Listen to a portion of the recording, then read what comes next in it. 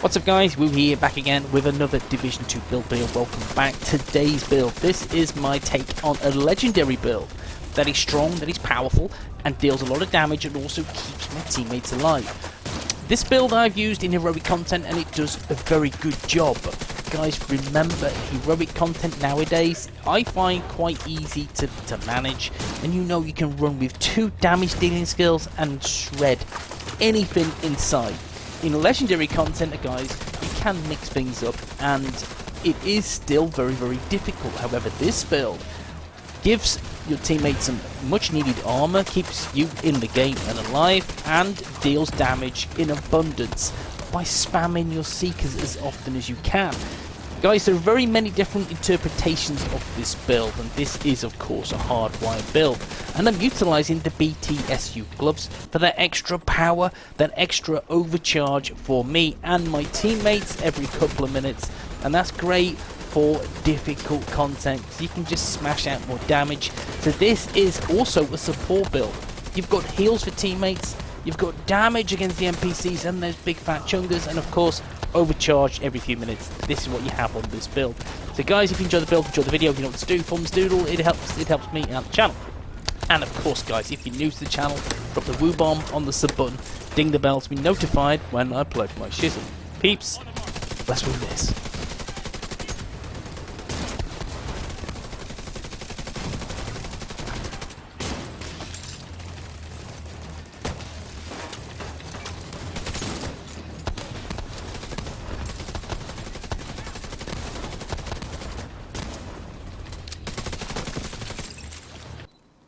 Yes guys, welcome back, and let's take a look at the build and let me know your thoughts in the comments section.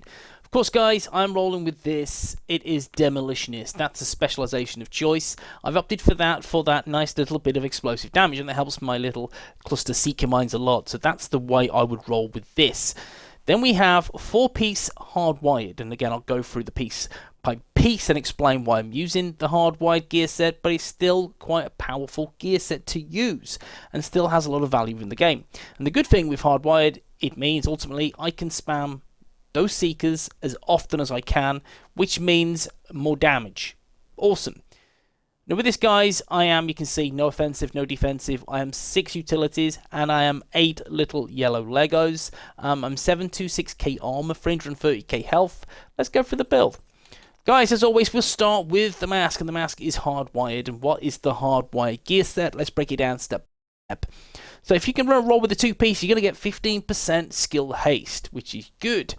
The 3-piece offers you 15% skill damage and 30% repair skills, and you're going to garner both of those little attributes on this build, because skill damage is great. You're going to get that stacked onto your seekers, and then you have your 30% repair skills, which goes with your hive restorer.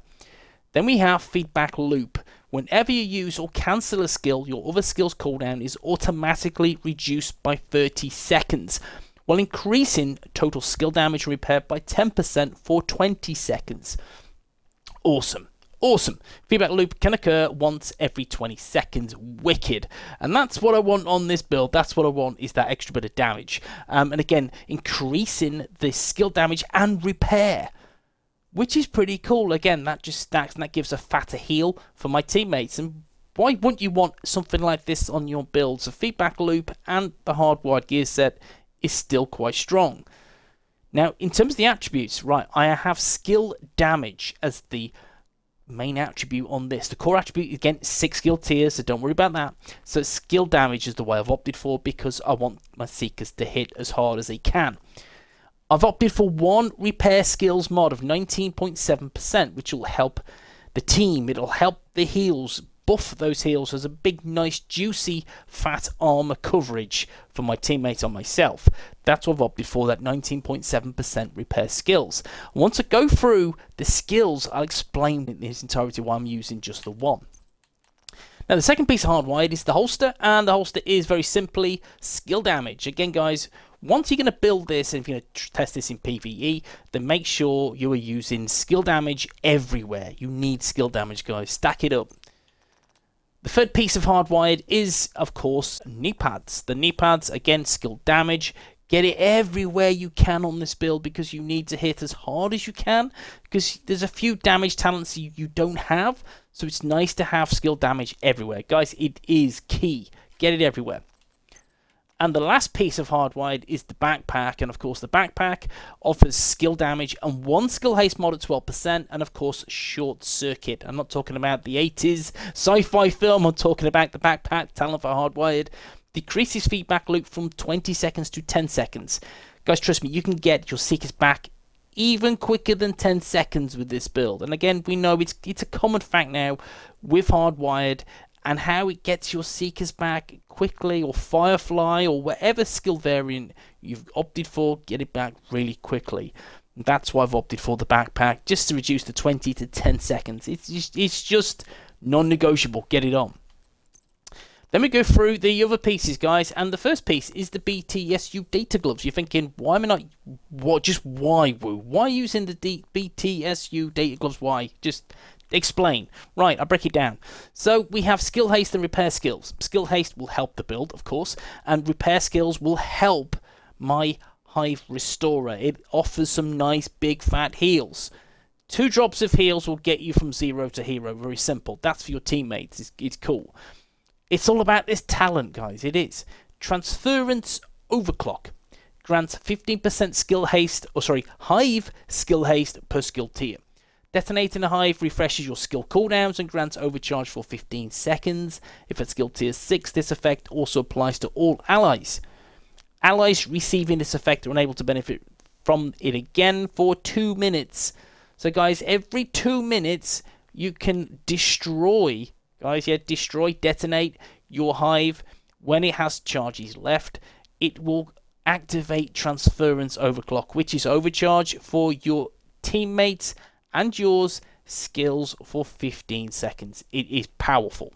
So every 2 minutes, guys, very, very simply, you can keep spamming this. It's such a good talent to have. I love this on my build. Messing out on a little bit of damage. You could have that one-piece China Light for the extra explosive damage, which would be cool. It would be. So yeah, that's more damage. But guys, I like this. I really do, because it helps my teammates, which is key. That's more damage for those guys. And of course, the skill haste on the hive is awesome, because we know heals can be quite important in legendary missions. So yes, BTSU, awesome. Then we have the final piece of the puzzle, which is the chest piece, and it is Wyvernware, and it is 10% skill damage. An ideal scenario, I would like to go with China Light. Unfortunately, I don't have a China Light with explosive delivery, and yeah, I just don't have it. So if you have that, you will get a little bit more damage. Bear that in mind. If you've got it, slap it on. You'll see what I mean. So 10% skill damage is key. Skill haste, yeah, try and rack it up to from 10.9 to 12. That would be awesome. And of course, a 12% skill haste mod. Explosive delivery. Whenever you throw a skill 1.5 seconds after landing, it creates an explosion damaging enemies within 5 meters. Damage scales with skill tier dealing 25 to 100% damage of a concussion grenade once per skill. This will deal about 1.5 million damage once it drops to enemies within that 5-meter radius, and it is powerful. It is powerful. And then you have your Seeker Mines going as well, so that's even more damage. This is why I like explosive deliveries. Great for CC, and it's great for that extra bit of damage. Of course, you could use glass cannon. Of course, you could use kinetic momentum. Of course, you could use different skills. Tag team, trauma. You have so many different options. I'm giving you explosive delivery because of how powerful this is. It truly is very, very strong. And it is, in my opinion, one of the top tier talents to use on your build. Underused and undervalued, but still very, very powerful. And I'll demonstrate now in the range. So this is explosive delivery.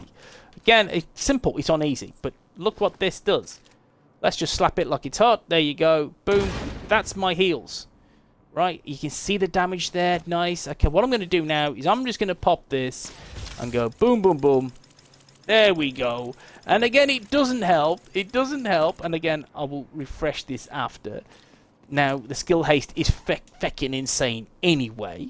But once that cools down, we can see how powerful it is. It's so strong. But the Seekers, again, the Seekers are beautiful. Again, you have that initial spike and then boom.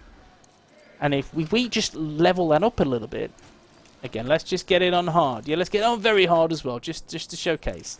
Let's get that back. There we go. Boom. And we can see lots of damage pop in there. And that's not including the capacitor stacks as well. I like explosive delivery. Guys, you can probably tell by now it is super strong. So that's the build. Let's take a look at the skills. The first skill you can see is the Hive Restorer. And just look at this. It's a 1 second refill speed, guys. 1 second refill speed. 36 charges. The healing is 248.15. Again, we know we could get more heals. We know that. But this is not a healer build. This is just buffing your teammates and giving them a nice fat heal. And, of course, activating the Seekers. Simple. Simple, guys. Again, so if we just chuck our Seekers down. Explosive delivery. Let's just drop that. There you go. And let's just chuck that. Boom. Again, double boom. Look at that. Wicked. And we'll just wait for that to reactivate. Again, it's not even 10 seconds. Pop that down. There goes the Seekers. Pop that back up. Boom. And again, one more time. Let's just pop it. And there's the Seekers. Drop it down. And again, guys, rinse and repeat. But you have some really fat heals to go for. And again, we'll demonstrate now how powerful. Boom, boom, boom. Look, let's just take this away. There's no armor regen on the build. What's the heals like? Again, this is no stacks. It's no nothing. It's 3 hits and you're full. But again, there's no stacks there. There's nothing happening. That's nice, and that's what I like about this. It offers a lot of utility, not just to me, but the teammates. The teammates keeps me alive in legendary content. So going back, Hive Restorer, what you need on there is healing, repair charges, and health. You can see these are God sausage roll, guys. They truly are. And then your primary skill is the Cluster Seeker Mines, which is 29.2 second cooldown. Why is it 29.2 seconds? I can spam them. Now the trick is, guys, is you need to get your Seeker Mines just below 30 seconds. Just below that. Because if you don't and it's just above that, what happens? The 10 seconds goes above that. Because it reduces 30 seconds from the time of your Seeker Mines. So if you have 32 seconds as an example, it will take away the 30 seconds and add on the 2 to your 10 seconds. So you have 12 seconds. You see, guys, that's why it's just below the 30-second threshold, and that's why I've got that repair skills mod on there, which is helpful for me and my teammates. That's why. Get it on there, and that's why there's the one piece. But again, you see, it's a 1 second Hive Restorer refill speed, and that's because of the BTSU gloves, and then you have this 29.2 second cooldown. It's 2.361 million damage, we know. If it had China Light, it would be a little bit more, but still, it is awesome. Mods, guys, both damage and cluster mines. See, this is God sausage roll skill mods. Damage, cluster mines, damage. Perfect.